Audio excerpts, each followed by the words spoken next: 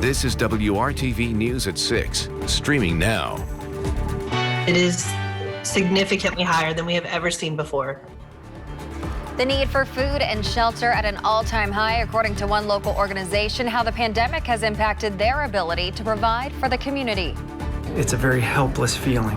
You put the patient on the best medications you have, and you really just have to hope at that point. COVID hospitalizations are increasing once again. A frontline healthcare worker is sharing his thoughts from inside the fight against COVID-19. They're creating false hope because it's not real to begin with. Don't get duped into giving up your money for protective gear that seems too good to be true. A warning about PPE scams during the holiday shopping rush. There it is, the warmest forecasted high temperature ahead. We'll match that with the day of the week coming up. Well, central Indiana families are struggling as the pandemic stretches into a heartbreaking holiday season. Thanks for joining us this evening at 6. I'm Mark Mullins. And I'm Amanda Starrentino. Local shelters and organizations for people experiencing homelessness say the need right now is at an all-time high.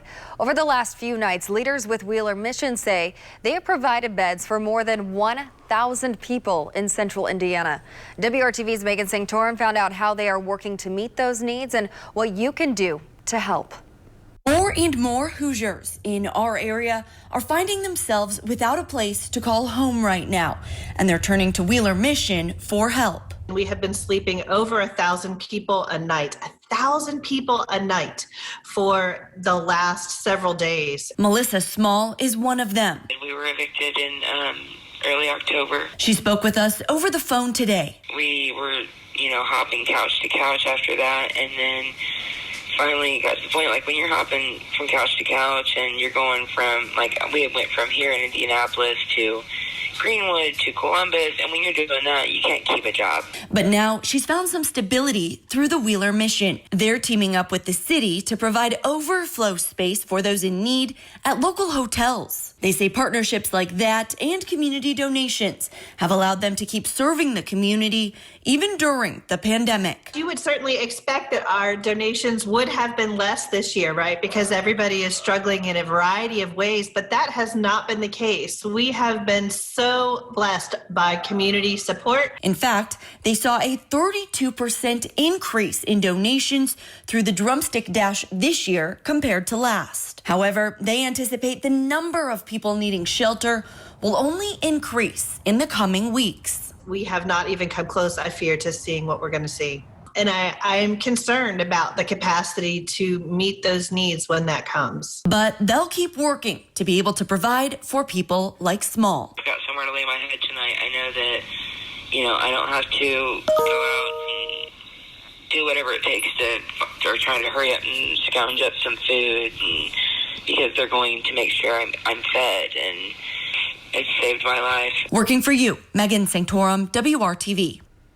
If you'd like to donate to the Wheeler Mission, you can find a link in this story at WRTV.com. Another way to give back this season is by donating your time. Gleaners Food Bank needs to fill 200 volunteer shifts this month. More Hoosier families need help putting food on the table as the pandemic continues.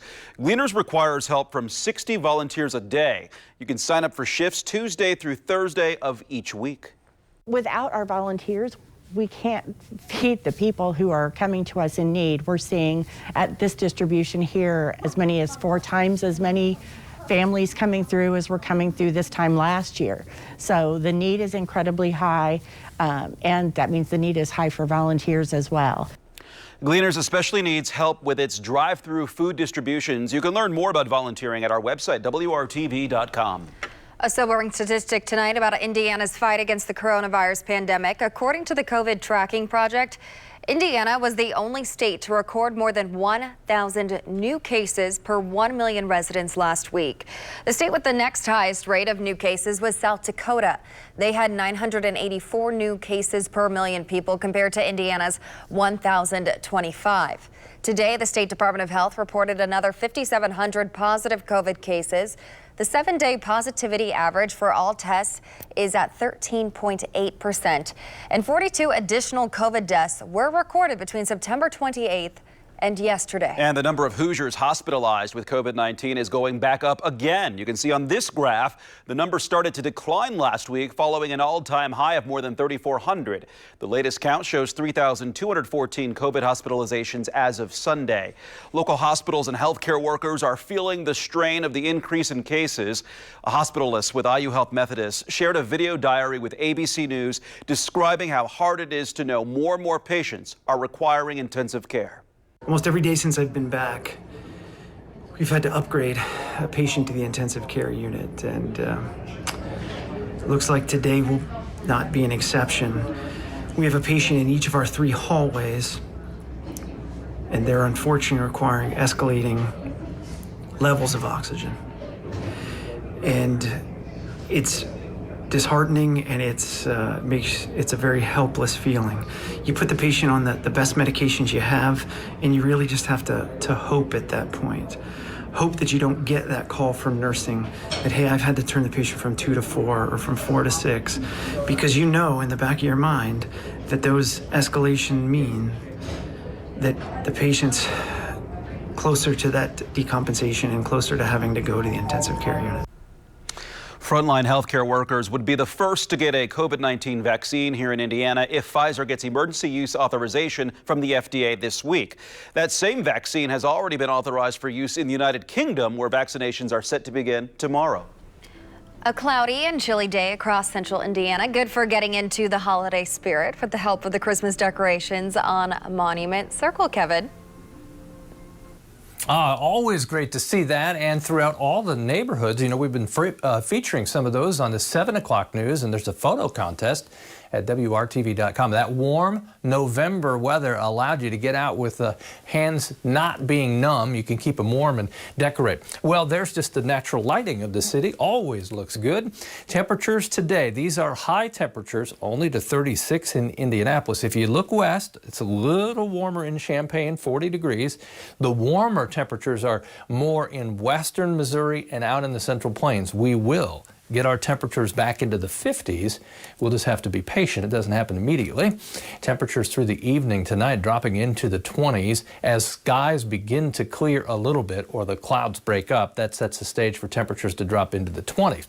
There's our sustained and gradual warming trend. By the time we get to Thursday, I think is when you really feel the difference, and we'll celebrate the 50s on Friday. Then something happens over the weekend. There's always something on the horizon.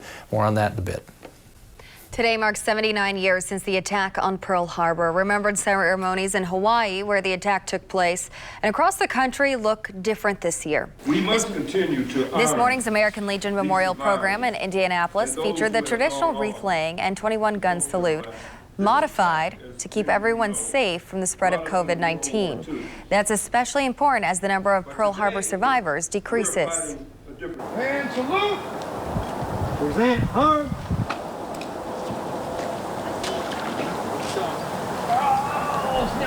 And during a ceremony this morning, wreaths were also placed at the World War II Memorial in Washington, D.C. It is a popular holiday tradition to take pictures with Santa Claus, but for some families, finding a Santa that looks like them might be harder than you think. Though different this year, the Children's Museum of Indianapolis is continuing the holiday tradition, including a variety of Santas. You can search on their website their list of certified Santas and see when they're scheduled. Recognizing the importance of representation of all communities, they make sure to have a Black Santa every year.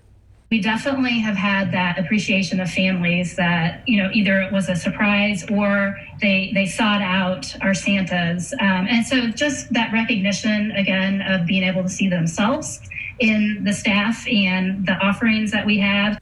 The museum also offers a theater show called Santa Clues, looking at the origin story of Santa and how he is portrayed in different cultures. We will include a list of places also offering visits with Santa on our website at the WRTV.com.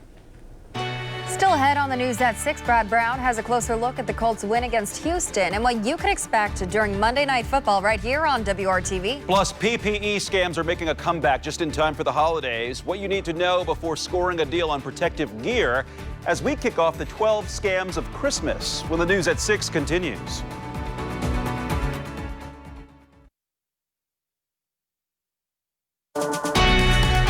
From the station working for you, This is WRTV News at 6, streaming now.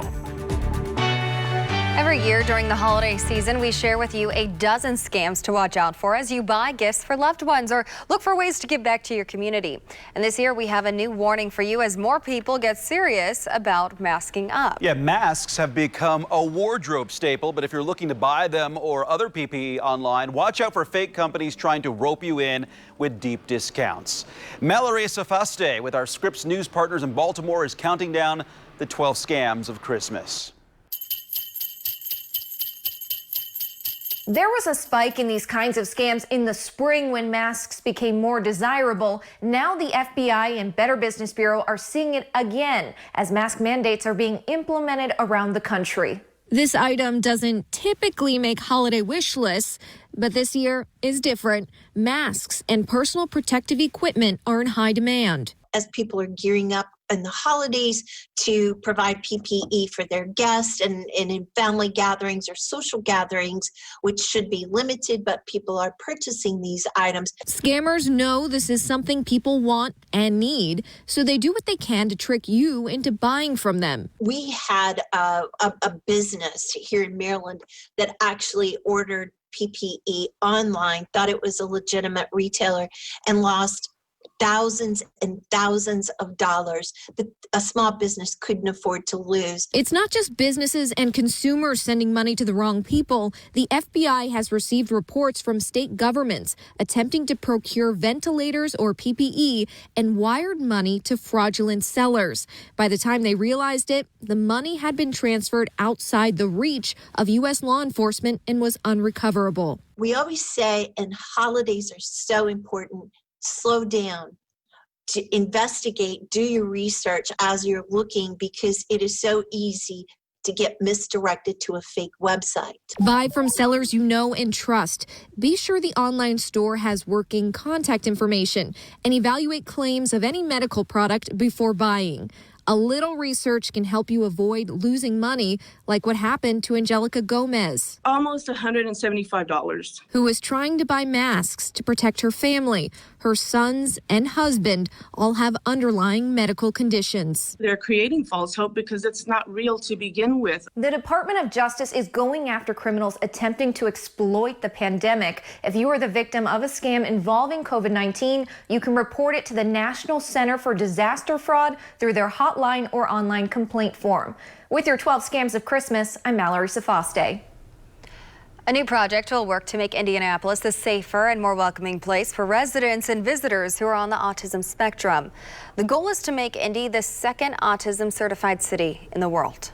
I look at this project as a way to lead with kindness, and that's who our city is. We are a kind city who gives grace, and that's what this does, is we look at people and celebrate the differences. City County Councilor Allie Brown, mother to a son on the autism spectrum, announced the project today. It will work to provide training and tools for law enforcement, Parks and Rec staff, Indigo, and the city's travel and tourism industries. The Indy Autism Project is being funded by donations, including a large contribution from the Autism Society of Indiana. The money will be distributed through Easter Seals. Well, I thought I would make this word as big as possible, which would make the temperatures that are forecast even more exciting. How about that? Mild, not just for Indiana, but the Midwest into the southern Great Lakes as we go through the week. Don't think you'll wake up tomorrow and it'll be mild, because it won't be. But by the time we get to Wednesday, Thursday, Friday, it becomes progressively more noticeable. Average high is 41. You can see we'll be in the low 50s on several occasions, maybe even hit the mid 50s Friday. Then it comes crashing down over the weekend, inevitably. Temperatures tomorrow still cool, lower 40s, pushing 50 Wednesday, should be up and over the 50-degree mark on Thursday. I mentioned the weekend, there'll be a strong cold front, a strengthening weather system. That brings rain widespread Saturday, windy conditions, and then much colder air for the second half of the weekend. That's down the road. Until then, it's pretty quiet. Let's look at Saturday morning temperatures. Notice they're in the 50s. Then you'll see what happens. Colder air filters in, so falling temperature through the day. We'll wake up with temperatures around the freezing mark on Sunday. Cold enough for some flurries or snow showers. Right now, temperatures, they're in the low 30s, but it's dry. 31 in Greenfield, temperature in Greencastle at 35. Coldest spots in east central Indiana from, say, just east of Newcastle to Richmond along Interstate 70, Connorsville and Liberty also in the upper 20s. To work tomorrow. 32 degrees in the morning. That's after recovering from the morning low, which will probably be around 6 or 7. I'm assuming you're going in 9. Then coming home, 41 for the afternoon high temperature. Through the day tomorrow, forecast model increases the cloud cover. I do think we see some peaks of sunshine, especially early in the day, but the trend for the clouds to win out, I think, in the afternoon hours.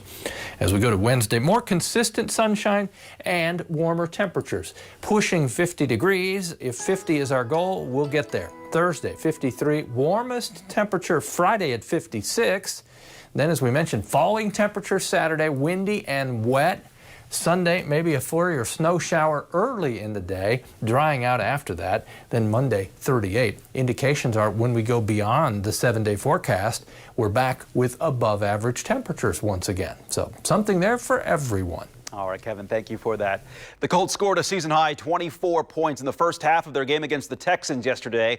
T.Y. Hilton had his best game of the fall. Phillip Rivers threw 2 more touchdown passes, but at the end, the real stars were on the Colts defense. Brad Brown shows us how they did it in tonight's Sports Extra Spotlight.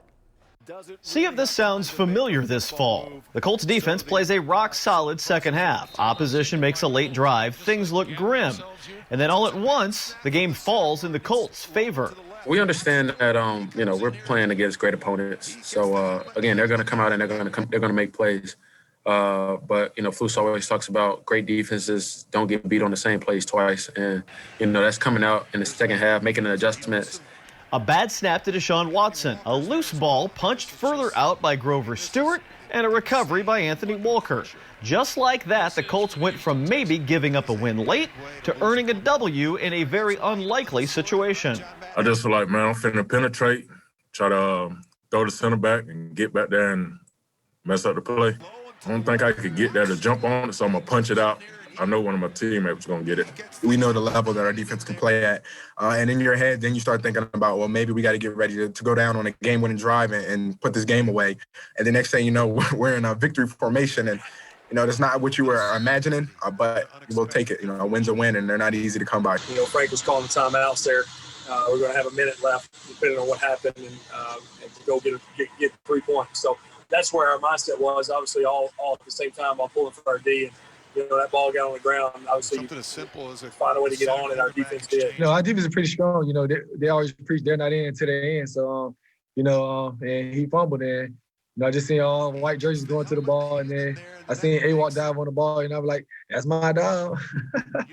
Justin Houston had strong pressure on Watson all afternoon. A fourth-quarter sack for a safety may have been, outside of that last fumble, the Colts' biggest play. Flus called a great play. It was a pressure, and I think it ran perfectly. It worked out perfect for me, and glory be to God. It just happened to be I'm the one that got the safety today, so I'm just very thankful. We were able to get, good pressure. I think all 4 D linemen were there, especially with Justin coming, and then coverage did great on that play as well. The Colts offense fizzled out in the second half, being held scoreless, but the defense is making it a bit easier to look past any of those shortcomings. And if the Colts ever put together both sides of the ball for 4 quarters, the prospects of playing beyond Week 17 will be very high. The NFL's Week 13 continues tonight right here on WRTV. It's the Bills and the 49ers in Monday Night Football. They're actually playing at the Cardinals Stadium in Arizona. Local COVID-19 protocols have forced the Niners to move their work outside of their home stadium. Buffalo currently leads the AFC East Division. Coverage starts tonight at 8 p.m. Brad Brown, WRTV Sports. Our Hiring Hoosiers initiative is more committed than ever to making sure you and your family can get connected to local companies that are hiring right now. This is the Hiring Hoosiers job feed. Monosol, a company that makes film and packaging that dissolves in water, is hiring in Lebanon. They are looking for a quality technician and production associates for all shifts. The company also has positions open in Maryville and LaPorte. Volunteers of America Mid-States is looking for direct support professionals to support adults with developmental disabilities in their homes. The positions are paid weekly. Right now, they need full-time help on the second shift. You need a valid driver's license and will have to pass a background check. Spherion is looking for a customer service representative with warehouse experience in Indianapolis. Pay starts at $16 an hour for the 2:30 to 11 p.m. shift. Previous customer service experience is required. Carter Express in Anderson is looking for a transportation specialist. You would coordinate communication between carriers and customers as well as organize and track freight. You should have good communication skills and a flexible work schedule. You can find these jobs and many more on our job board at hiringhoosiers.com and on the Hiring Hoosiers Facebook page, where companies post open positions every day. We'll be right back.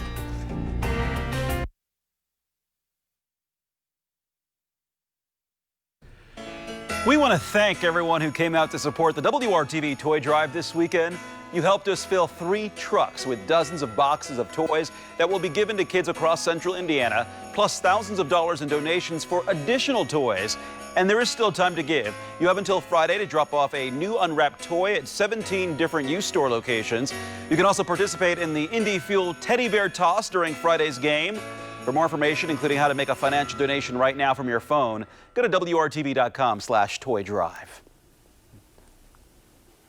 And I say thank you as well. I was at Keystone Fashion Mall on the Saturday, and over the last 20 years, it's just amazing the individuals and organizations in central Indiana that just have a passion for helping others. So thank you, not just for supporting the WRTV Toy Drive, but for all the charities in central Indiana that benefit from your generosity. Thank you. And thank you for making WRTV your choice for news. Join us again for the news at 7. We'll see you then.